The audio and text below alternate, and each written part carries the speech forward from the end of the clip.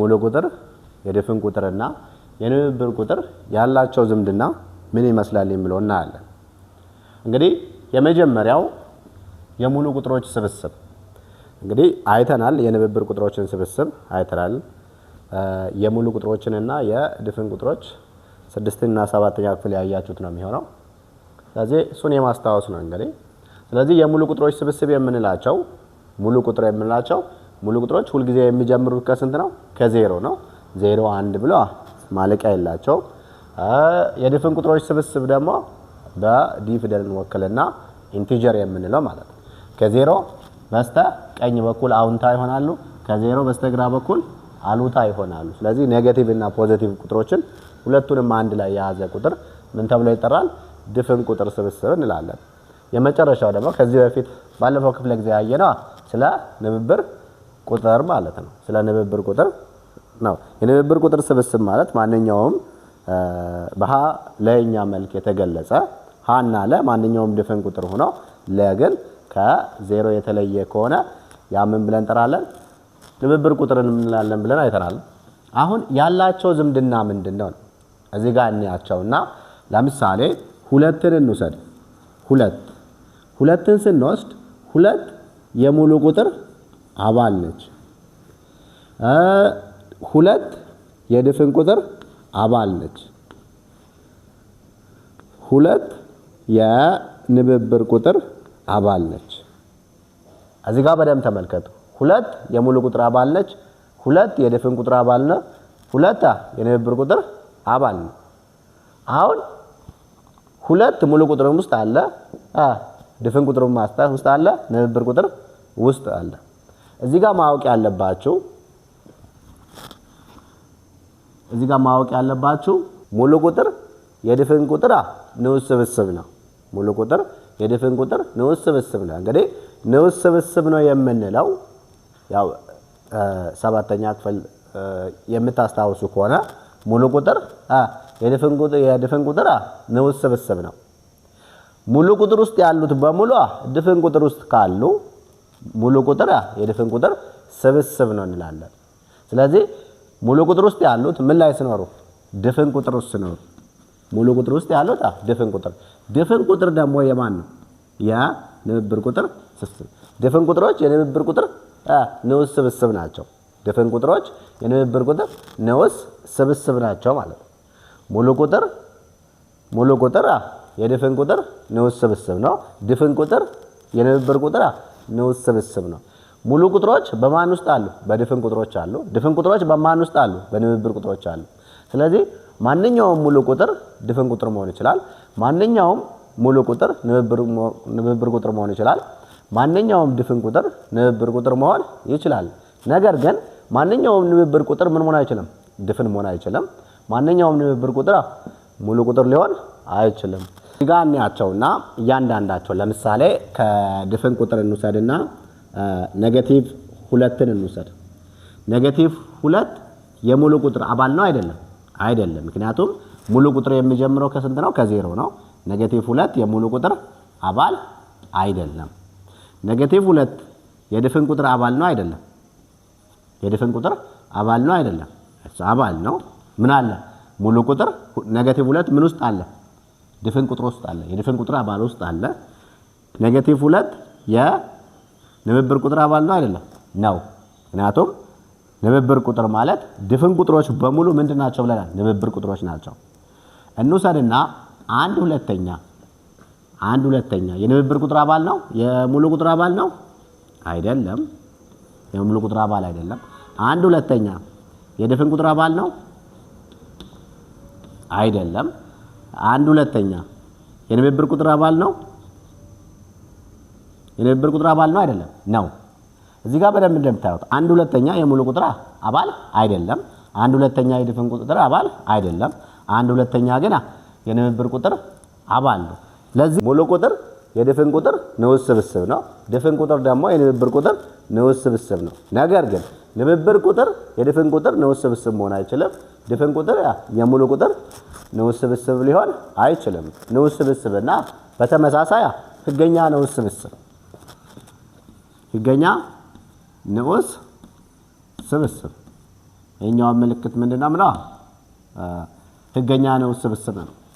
ህገኛ ንዑስ ስብስብ ንዑስ ስብስብና ህገኛ ንዑስ ስብስብ ይሄኛው ንዑስ ስብስብ እንለዋለን። ይሄኛውን ደግሞ ህገኛ ንዑስ ስብስብ። እንግዲህ ንዑስ ስብስብና ህገኛ ንዑስ ስብስብ የሰባተኛ ክፍል ትምህርታችሁ ነው። ያው ወደ ኋላ መለስ ብላችሁ ደብተራችሁ ማየት ነው የሚጠበቅባችሁ። ስለዚህ ሙሉ ቁጥር የህገኛ ሙሉ ቁጥር የድፍን ቁጥር ህገኛ ንዑስ ስብስብ ነው። ድፍን ቁጥር የንብብር ቁጥር ህገኛ ንዑስ ስብስብ ነው። ሶስቱ ያላቸው ዝምድና የሙሉ ቁጥር የድፍን ቁጥርና የንብብር ቁጥር ያላቸው ዝምድና ይሄን ይመስላል። ስለዚህ በዚህ ላይ ያልገባችሁ ነገር ካለ በጥያቄ መልክ በኮሜንት አስቀምጡልኝ። አስተውሉ። እዚህ ጋር ሁለት ነገሮች አሉ። የንብብር ቁጥር ስብስብ የድፍን ቁጥሮች ያጠቃልላል። የንብብር ቁጥር ስብስቦች የድፍን ቁጥሮችን ያጠቃልላል። የድፍን ቁጥሮች ስብስብ ደግሞ ንብብር ቁጥር የድፍን ቁጥሮች ስብስብ የሙሉ ቁጥሮችን ምን ያደርጋል? ያጠቃልላል። እንግዲህ እዚህ ጋር ቅድም እንዳየነው ነው ድፍን ቁጥር የንብብር ቁጥር ንዑስ ስብስብ ነው። ነገር ግን ንብብር ቁጥር የድፍን ቁጥር ንዑስ ስብስብ አይደለም። ሙሉ ቁጥር የድፍን ቁጥር ንዑስ ስብስብ ነው። ነገር ግን ድፍን ቁጥር የሙሉ ቁጥር ንዑስ ስብስብ አይደለም። በቬን ዲያግራም ደግሞ ያላቸውን ዝምድና ስንገልጽ እንዴት ነው አንደኛውን እየሆነ ያለው አንደኛውን ደግሞ ማይሆንበት ምክንያት ምንድነው? እዚህ ጋር ሙሉ ቁጥርን ይወጡ እዚህኛው ክብ ላይ ነው ያለው ሙሉ ቁጥር። ከዛ ድፍን ቁጥርን ይወጡ ድፍን ቁጥርን ማንን ጨምሮ ይዟል? ሙሉ ቁጥርንም ጨምሮ ነው የያዘው ሙሉ ቁጥርንም። ስለዚህ ሙሉ ቁጥሮች ምን መሆን ይችላሉ? ድፍን ቁጥር መሆን ይችላሉ። ነገር ግን ድፍን ቁጥሮች ሙሉ ቁጥር መሆን አይችሉም በኔጌቲቭ ምክንያት ማለት ነው። አሉታ ሲሆን አሉታዎች አሉት በማን ውስጥ? በድፍን ቁጥር ውስጥ። ለዛም ሙሉ ቁጥር መሆን አይችሉም። ነገር ግን ሙሉ ቁጥሮች ምን መሆን ይችላሉ? ድፍን ቁጥር መሆን ይችላሉ። አሁን ደግሞ ሁለቱን የሚያዘ ማን ነው? ንብብር ቁጥር። በደንብ ተመልከቱ። ንብብር ቁጥር ማንን ይዟል? ድፍን ቁጥርንም ሙሉ ቁጥርንም ይዟል። ስለዚህ ሙሉ ቁጥሮች ምን መሆን ይችላሉ? ንብብር ቁጥር መሆን ይችላሉ። ድፍን ቁጥሮች ደግሞ ምን መሆን ይችላሉ? ንብብር ቁጥር መሆን ይችላሉ። ነገር ግን ንብብር ቁጥር ድፍን ቁጥር ሊሆን አይችልም። ምክንያቱም በድፍን ቁጥር ውስጥ ምን የለም? በሃለኛ መልክ የሚቀመጥ የለም ማለት በሃለኛ መልክ ከተቀመጠ ያን ወደ ምን እንቀይራለን? ወደ ክፍልፋይ ነው። ያ ክፍልፋይ ደግሞ ወደ አስርዮሽ ሲቀየር ምን ይሆናል? ንብብር ቁጥር ነው። ምን ውስጥ የለም? ድፍን ቁጥር ውስጥ የለም። እንደዛው ንብብር ቁጥር ምን መሆን አይችልም? ሙሉ ቁጥር መሆን አይችልም ማለት ነው። ስለዚህ በንብብር ቁጥርና በድፍን ቁጥርና በሙሉ ቁጥር መካከል ያላቸው ዝምድና ይሄን ይመስላል። በዚህ ላይ ያልገባችሁ ነገር ካለ በኮሜንት ማስቀመጣችሁን እንዳይረሳ። ያው ላይክ፣ ሼር እና ቤቱን ሰብስክራይብ ማድረግ እንዳይረሳ። የማሳበርና ውህድ ነው እያሳየን ያለን። እንግዲህ ይሄኛው ምንድነው? ዩኒየን ወይም ውህድ እንላለን። ይሄኛውን ደግሞ ማሳበር። ውህድ ማለት በሁለቱም አጠቃላይ ማለት ነው። አጠቃላይ ይሄ ደግሞ የሁለቱ የጋራ የሆነ የሁለቱም አጠቃላይ ሁሉንም አጠቃሉ አንድ ላይ የያዘውን ውህድ እንላለን። የሁለቱ ስብስቦች የጋራ የሆነውን ደግሞ ማሳበር እንላለን። እንግዲህ ሙሉ ቁጥርና ድፍን ቁጥርን የሙሉ ቁጥርና የድፍን ቁጥር ውህድ ምን ይሆናል? ሙሉ ቁጥሮች እና ድፍን ቁጥሮች ውህዳቸው ስንት ይሆናል? ድፍን ቁጥር ይሆናል ማለት ነው። ምክንያቱም አጠቃላዩን ስንወስድ ምክንያቱም ሙሉ ቁጥሮች ምን ውስጥ አሉ? ድፍን ቁጥሮች አሉ። ስለዚህ አጠቃላዩን ስለምንወስደው የሙሉ ቁጥርና የድፍን ቁጥር ውህዱ ድፍን ቁጥር ነው። የንብብር ቁጥርና የድፍን ቁጥር ውህዱ ምን ይሆናል? አሁን ምን ይሆናል? ንብብር ቁጥር ይሆናል። ንብብር ቁጥር የሆነበት ምክንያት ድፍን ቁጥሮች በማን ውስጥ አሉ? ንብብር ቁጥሮች ውስጥ አሉ ማለት ነው። ሶስተኛው ጋር ስንሄድ ሙሉ ቁጥርና የንብብር ቁጥር ውህድ አሁን ምንድነው የሚሆነው? ንብብር ቁጥር። ምክንያቱም ሙሉ ቁጥሮች በምን ውስጥ አሉ? በንብብር ቁጥሮች ስላሉ ማለት ነው። መላይ ደግሞ አሁን ምን ማድረግ ነው? ማሳበር። አሁን የሙሉ ቁጥርና የድፍን ቁጥር የጋራ አሁን ሙሉ ቁጥሮች ማን ውስጥ አሉ? ድፍን ቁጥሮች አሉ። ስለዚህ የጋራቸው ማን ነው? ሙሉ ቁጥር ነው ማለት ነው። ድፍን ቁጥርና ንብብር ቁጥርን ስናሳበር የሁለቱ የጋራ ማን ነው? ድፍን ቁጥሮች ምን ውስጥ አሉ? ንብብር ቁጥሮች አሉ። ስለዚህ ምን ይሆናል? ድፍን ቁጥር ይሆናል። እነዚህን በደንብ መለየት አለባችሁ። እዚህ ጋር አስቀመጥኩት 5 ነው፣ አጠቃላይ 6 ናቸው። ስናሳብራቸው እና ስናዋህዳቸው ምን ይሆናሉ የሚለውን በደንብ ማየት ይኖርባቸዋል። የንብብር ቁጥሮች ንጥር ዋጋ ወይም አብሶሉት ቫልዩ። ንጥር ዋጋ ማለት ምን ማለት ነው? እንግዲህ እዚህ ጋር በደንብ አስተውሉ። ንጥር ዋጋ ማለት ምን ማለት ነው? የቁጥሮች ንጥር ዋጋ ማለት በአቅጣጫ ላይ ሳይወሰን በስተግራም በስተቀኝም በአቅጣጫ ላይ ሳይወሰን በቁጥር መስመር እምብርት የምንላት ማንን ነው? ዜሮን ነው። በቁጥር እምብርት እና በተሰጠው ቁጥር መካከል የሚገኝ ርቀት ማለት ነው። ከዜሮ ያለው ርቀት በሁለቱም አቅጣጫ በየትኛውም መድ ከግራ ወደ ቀኝ መድን ከቀኝም ወደ ግራ ብንሄድ ከዜሮ በስተግራም ሆነ ከዜሮ በስተቀኝ የምንሄደው ርቀት ተብሎ ይጠራል። ንጥር ቁጥር ይባላል ወይም ንጥር ዋጋ ይባላል። ከዜሮ በስተግራም ሆነ በስተቀኝ የምንሄደው ርቀት ምን ተብሎ ይጠራል? ንጥር ዋጋ ይባላል ነው።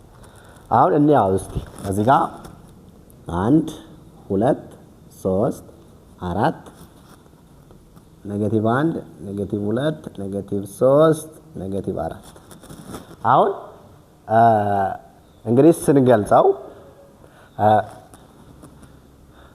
በንጥር ዋጋ ምልክታችን ይሄ ነው አይደል? እዚህ ጋር ማን እናደርጋለን? -3ን እናደርጋለን። እዚህ ጋር ደግሞ 3ን እኩል ይሆናል ዳሽ። እንግዲህ እዚህ ጋር በደንብ አስተውሉ። እስከ ማን ልንሄድ ነው? እንግዲህ ንጥር ዋጋ ማለት በእምብርቱና በተሰጠው ቁጥር መካከል ያለው ርቀት ነው ብለናል። ስለዚህ 1 2 3 ያለው ርቀት ስንት ነው? 3 ወደዚህኛውም ነው 1 2 3 -3 ከንጥር ዋጋ ሲወጣ +3 ይሆናል። ወይም አሉታ 3 ከንጥር ዋጋ ሲወጣ አውንታ 3 ይሆናል። 3ም ከንጥር ዋጋ ሲወጣ አውንታ 3 ይሆናል ማለት ነው። 3 ይሆናል። ቁጥሮች ንጥር ዋጋ ካየን እስኪ አሁን ደግሞ ስለ ንብብር ቁጥር ንጥር ዋጋ አለ። የንብብር ቁጥር ንጥር ዋጋ ማለት በቁጥር መስመር ላይ ከዜሮ በተሰጠው ቁጥር መካከል ያለው ርቀት ማለት ነው። ስለዚህ ምን ማለት ነው? ይሄኛው ምን ማለት ነው የሚለውን ለምሳሌ በንጥር ቁጥር ላይ ተቀመጠ ማንኛውም ንብብር ቁጥር ነው ብለን እንሰልጣን። ማንኛውም ንብብር ቁጥር ነው ብለን እንሰልጣን። ያ -5 ሁለተኛም መውሰድ እንችላለን። -2 መውሰድ እንችላለን። 1ም መውሰድ እንችላለን። 5 ሁለተኛም መውሰድ እንችላለን። እነዚህ ምን ናቸው? ንብብር ቁጥር ናቸው አይደል? ግን እዚህ ጋር ንብብር ቁጥር በንጥር ዋጋ ሲቀመጥ ምን ይሆናል ነው። አሁን ጠ ምንድን ነች? አውንታ ነች ወይም ፖዚቲቭ ነች አይደል? ጠ ፖዚቲቭ ከሆነ ጠ የግድ ምን ይላል? ይበልጣል ወይም እኩል ይሆናል ከዜሮ የሚበልጡ ቁጥሮች ምንድን ናቸው? ሁልጊዜ አውንታ ናቸው ወይም ፖዚቲቭ ናቸው። አሁን እዚህ ጋር ደግሞ ጠ ምን ሆነ? አሉታ ሆነ፣ ኔጌቲቭ። ጠ ኔጌቲቭ ሆነ ማለት ከማን የሚያንሱ ናቸው? ከዜሮ የሚያንሱ ከሆነ ጠ ምንድን ነች?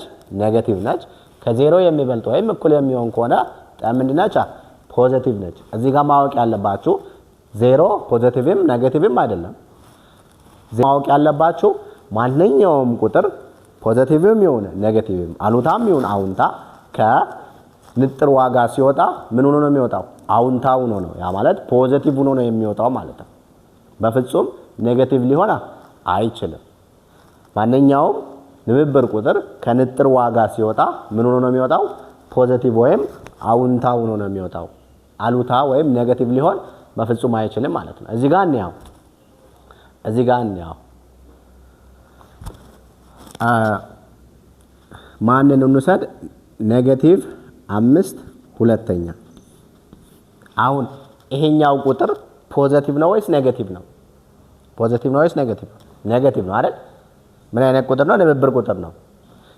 ሲወጣ ምን ሆኖ ይወጣል? ፖዚቲቭ 5 ሁለተኛ ፖዚቲቭ 5 ሁለተኛ ያ ማለት 2.5 ማለት ነው አይደል? ይሄው ከዚህ እስከዚህ 1 ከዚህ እስከዚህ 2 ከዚህ እስከዚህ ደግሞ ግማሽ ያ ማለት 2.5 ወይም 5 ሁለተኛ ማለት 5 ሁለተኛ ራሱን እንያ 5 ሁለተኛ በንጥር ዋጋ ላይ ሆኖ ፖዚቲቭ ነው። ሲወጣ ምን ይሆናል? 5 ሁለተኛ ይሆናል። ሲወጣም 5 ሁለተኛ ነው የሚሆነው። ከዛ ውስጥ ሌላ ማንን እንያ? አራትን እንያ። አራትንና ኔጌቲቭ አራትንና ኔጌቲቭ አራትን እንያ። ኔጌቲቭ 4 ከንጥር ዋጋ ሲወጣ ስንት ነው የሚሆነው?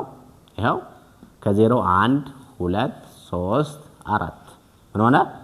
ይሄኛው 4 ይሆናል። ወደዚህኛውም ብንሄድ 1 2 3 4 ያለው ርቀት ስንት ነው? 4 ነው። ከ0 ያለው ርቀት 4 ነው። እዚህ ጋር ማስተዋል ያለባችሁ ማንኛውም ንብብር ቁጥር ከንጥር ዋጋ ሲወጣ ፖዚቲቭም ሆነ ኔጌቲቭ ከንጥር ዋጋ ሲወጣ ምን ሆኖ ነው የሚወጣው? ፖዚቲቭ ሆኖ ነው የሚወጣው። ይሄን እንዳትረሱ።